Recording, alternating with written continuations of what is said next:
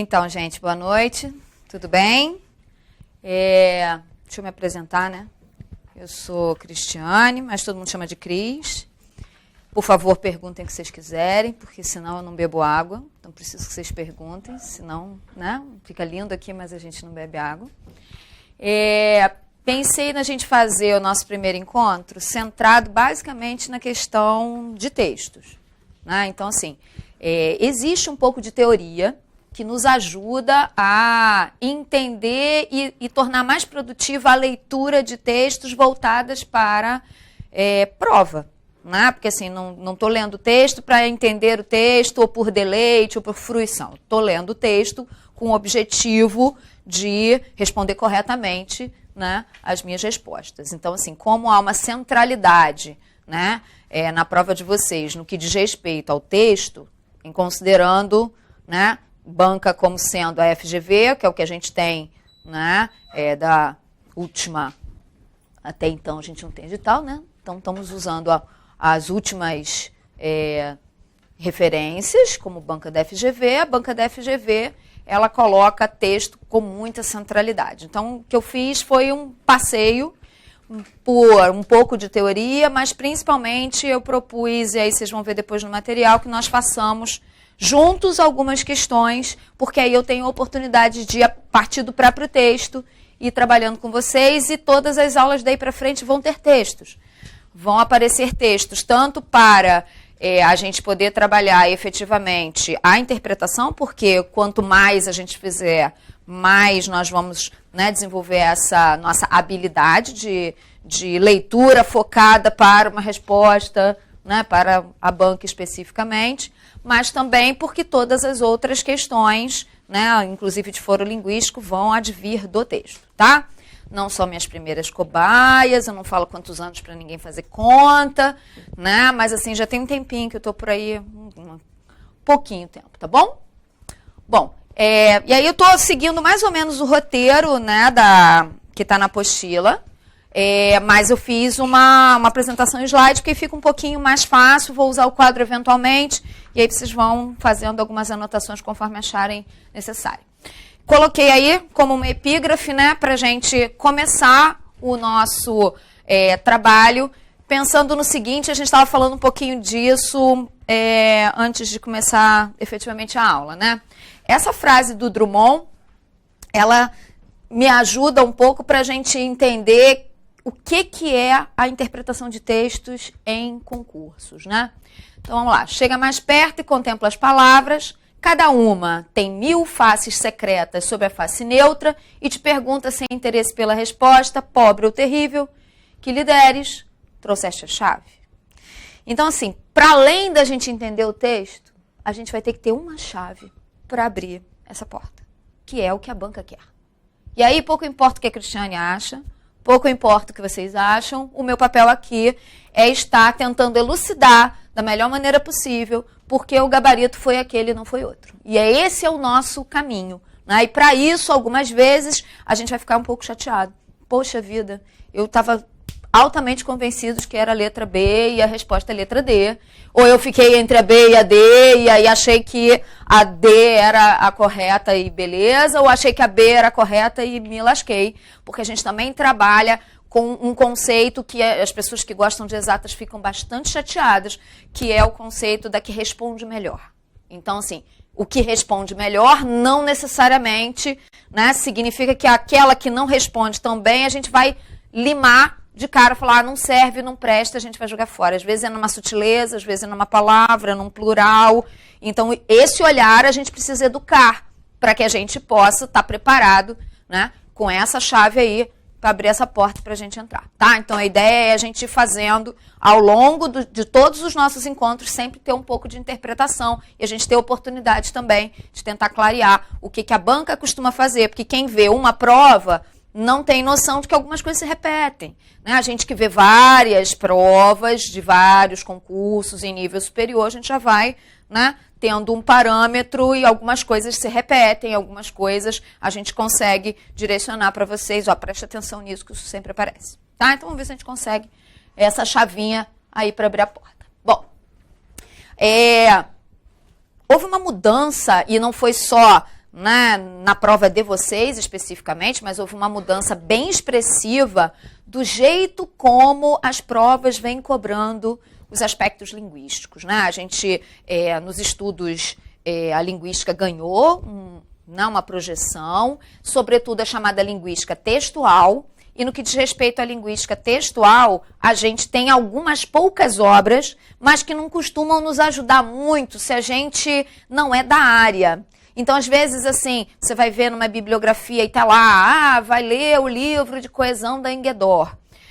Olha, Enguedor é a referência que a gente tem, né, em nível universitário de letras, né? Então, assim, às vezes você vai dar uma olhada naquele texto, você vai achar, poxa, não estou entendendo muito, porque ele não foi formatado inicialmente para atender a área de concursos, né? Mas, assim, como houve uma apropriação, né, efetivamente dos mecanismos da linguística textual para os concursos, as pessoas começam também a tentar visitar e, por outro lado, alguns autores também estão tentando fazer, né, obras mais comerciais para atender, e a gente sabe que é um filão enorme, né, o filão dos concursos, as pessoas vendem a beça por conta disso, tá? Então, assim, a gente mudou essa perspectiva.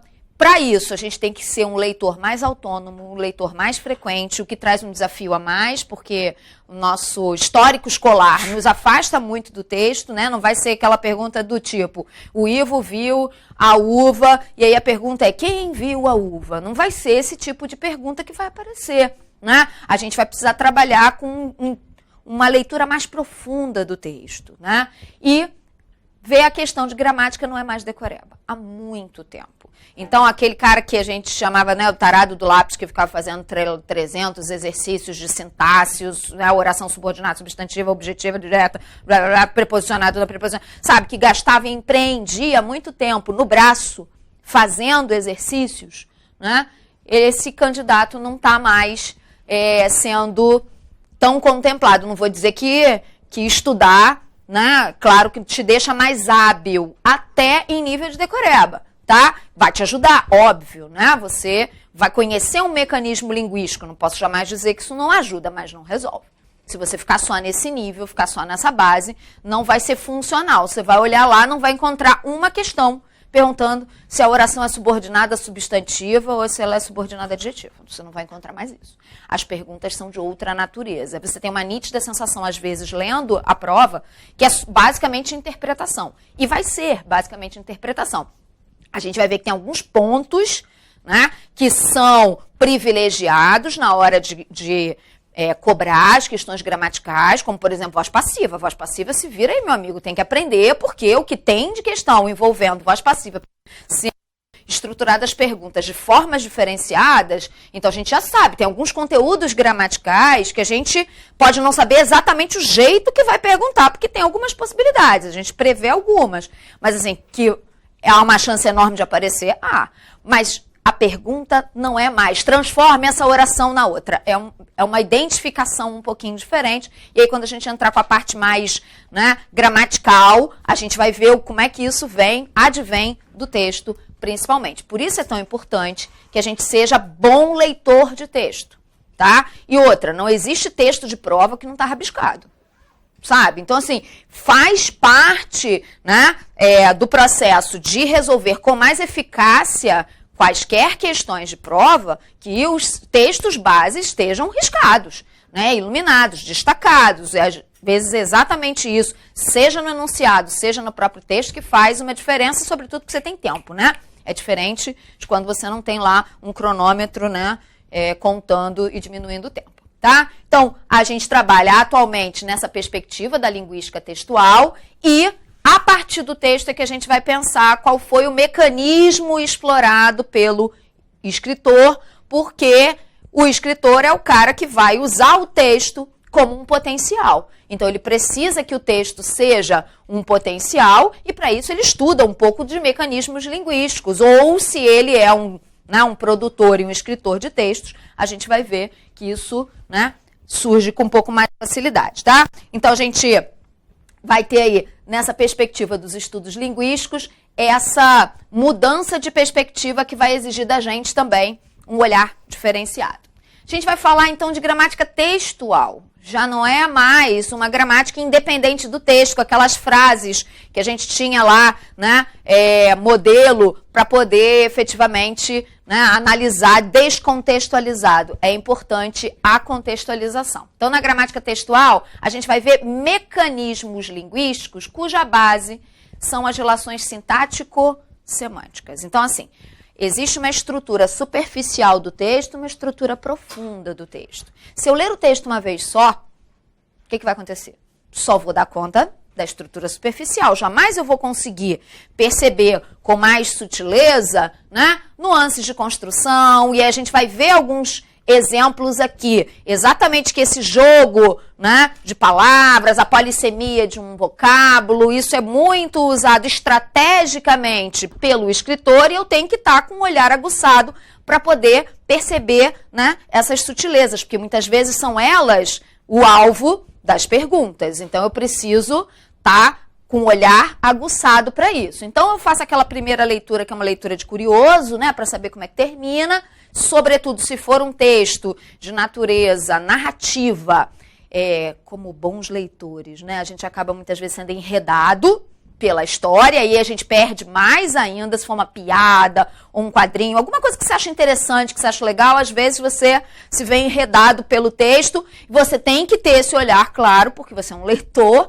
né? Mas por outro lado, você precisa ter um olhar analítico e não vai ser nessa primeira leitura, então a gente faz uma primeira leitura no VaptVupt, né? E depois eu recomendo fortemente que vocês leiam o enunciado e apenas o enunciado da questão, para que efetivamente você possa depois, né, olhar para o texto na sua segunda leitura já prestando atenção para o que te interessa.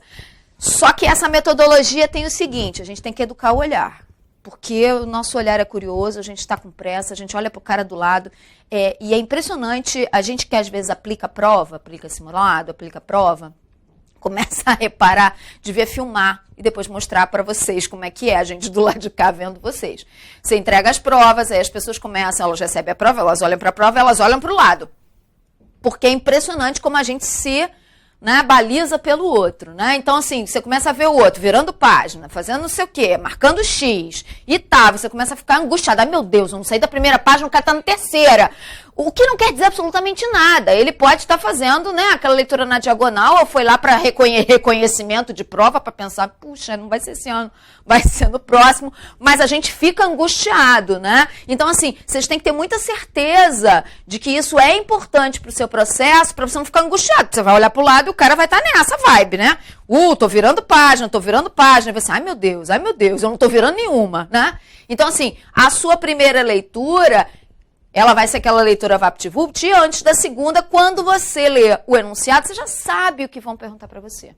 E aí, obviamente, o seu olhar vai estar mais atento para procurar no texto o que vão perguntar para você. Porque quem aqui já ficou entre duas respostas para poder marcar lá no cartão? Porra, todo mundo, né? Como é que são feitas as questões? O cara pega, bota a resposta lá e dá uma disfarçada, né? Que é para ela não ficar assim, pulando, né? De cara.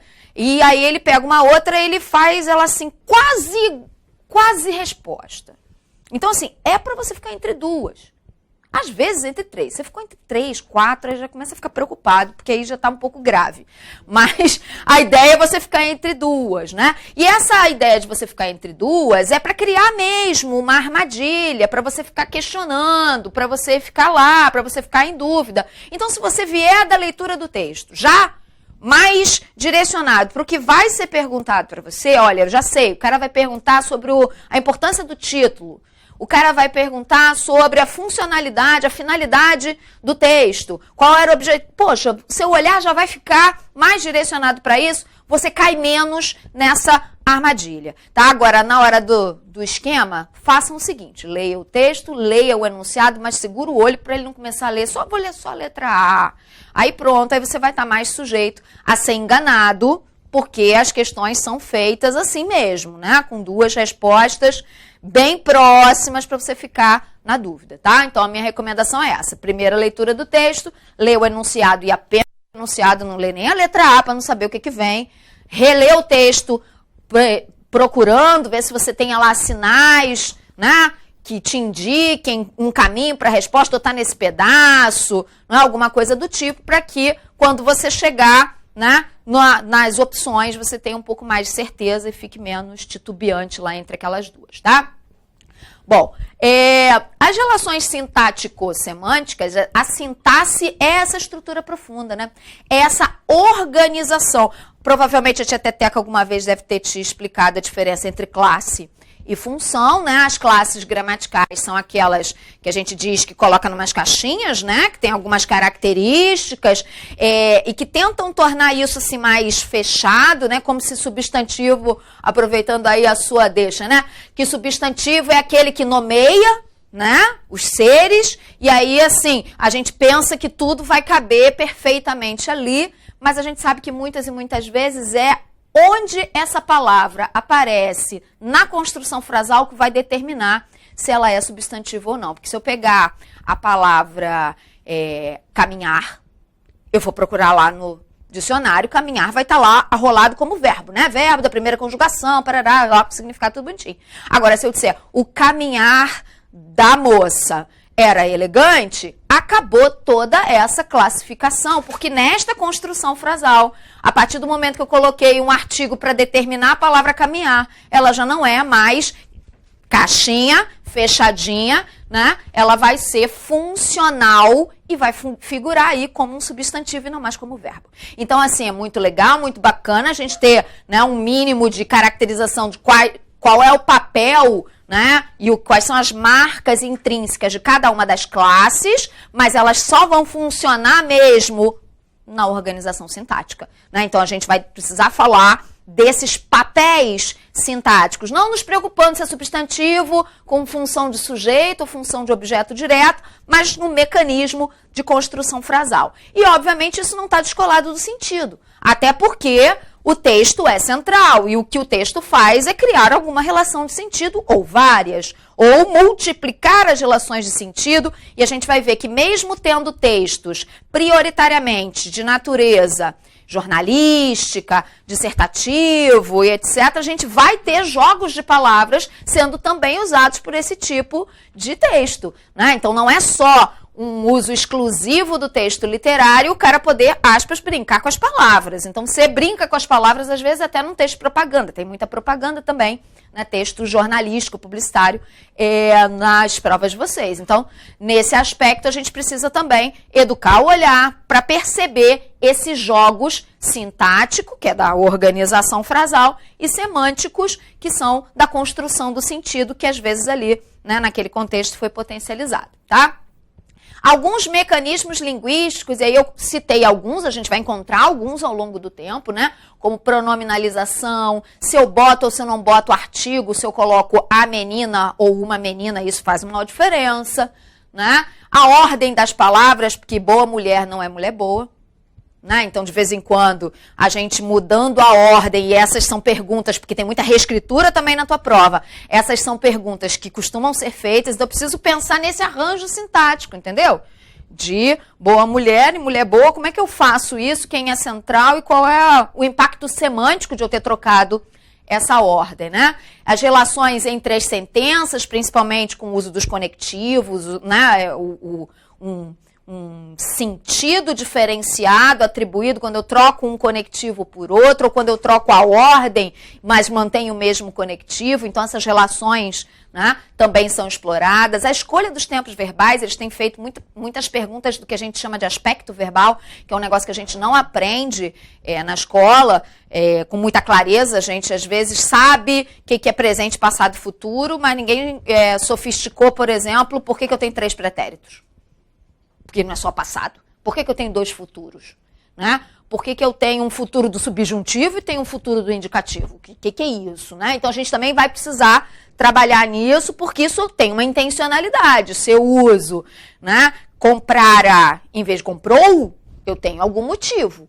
Né? Então, essas sofisticações a gente também vai precisar observar com atenção. E outros aspectos, né, da construção linguística, eles vão depender do contexto e vão ser funcionais para a construção textual. Então, a gente vai começar do texto e continuar com o texto para ver como é que esses mecanismos viram um potencial para a construção do texto e, por isso, serão alvo de perguntas de ordem gramatical também, tá? E por conta disso, a gente sabe que coesão e coerência textuais são básicos. E há inúmeras perguntas sobre mecanismos de coesão textual e alguns desvios gramaticais que gerariam, né, dificuldades com a coerência, porque coesão e coerência vai ser alvo do nosso próximo encontro. A gente vai trabalhar esses aspectos, uma vez que eles são mais macro, para depois a gente estar indo do geral, né, para começar depois no específico, mas a gente vai ver que eles estão muito próximos, são conceitos diferentes, mas estão muito juntos e vão trabalhar, né, basicamente para sustentar essa ideia dessa linguística textual, tá? Agora vamos começar a interpretação propriamente dita, né?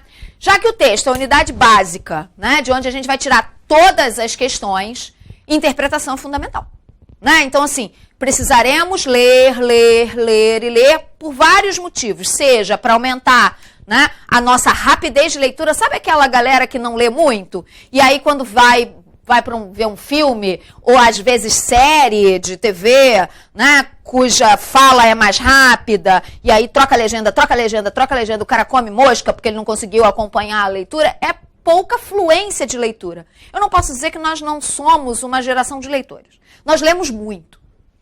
Muito mais que a outra geração. Mas por que nós lemos muito? Que tipo de texto que nós lemos muito? Eu acho que essa que é a questão. A gente está lendo texto todo fragmentado. Então, assim, essa dificuldade que a gente tem de ler um texto maior, textão, né? Ninguém lê textão, tem isso, né, das redes sociais? Poxa, ninguém lê textão. Isso, de alguma maneira, também reverbera na nossa prova. Os textos estão ficando menores. Tá? Então, assim, são mais textos menores. Não sei se é bom, não sei se é ruim, porque a quantidade de texto é a mesma coisa. Só que quando você faz uma leitura mais aprofundada de um texto, que você vai fazer a primeira, vai fazer a segunda, às vezes você tem mais de uma questão, né, aparecendo, e às vezes a resposta, né, o enunciado de uma me dá uma pista para uma pergunta anterior, e etc. Você está se perdendo, porque você lê vários textos curtos para duas perguntas. Então é texto, e vai trocando o gênero textual, e hoje a gente vai falar de tipo e gênero textual, como é que eu vou ter que mudar a sintonia também para lá e também para cá. Então acaba gerando um outro desafio aí pra gente, tá? Nós vamos ter, então, que a ideia de interpretação não se resume ao texto, porque eu também precisarei interpretar enunciado. E às vezes o enunciado faz um roda, e me deixa meio, né, perdido. A questão do comando da questão, né, às vezes é um desafio para a gente marcar, para a gente entender, né?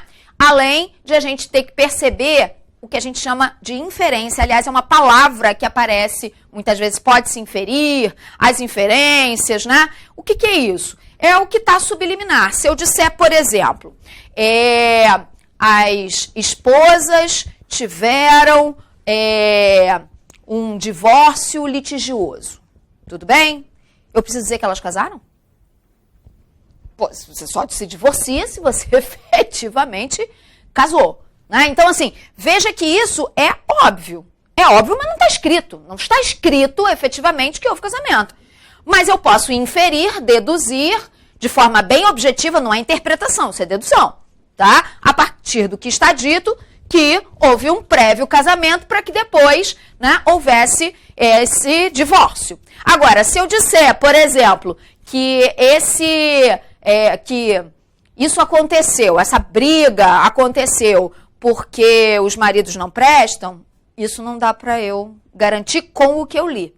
Tá? Pode até estar no senso comum, mas não garantir efetivamente com o que eu li. Aí isso não é mais inferência, tá? Eu posso até ter pistas em outras partes do texto que me façam crer que essa afirmação seja verdadeira, mas nessa construção eu não tenho pistas para isso, tá? Mas que, por exemplo, não foi uma relação amigável, pelo menos no final, isso eu também posso inferir, porque senão não era litígio, né? Então, assim, algumas alguns limites existem, e às vezes isso as pessoas falam assim, poxa, mas isso aí não é viagem na maionese? Mas se o João pensa assim e o Zequinha pensa assado, será que não dá para ser diferente? Algumas coisas a gente vai ver que são inferências bem claras e evidentes, tá?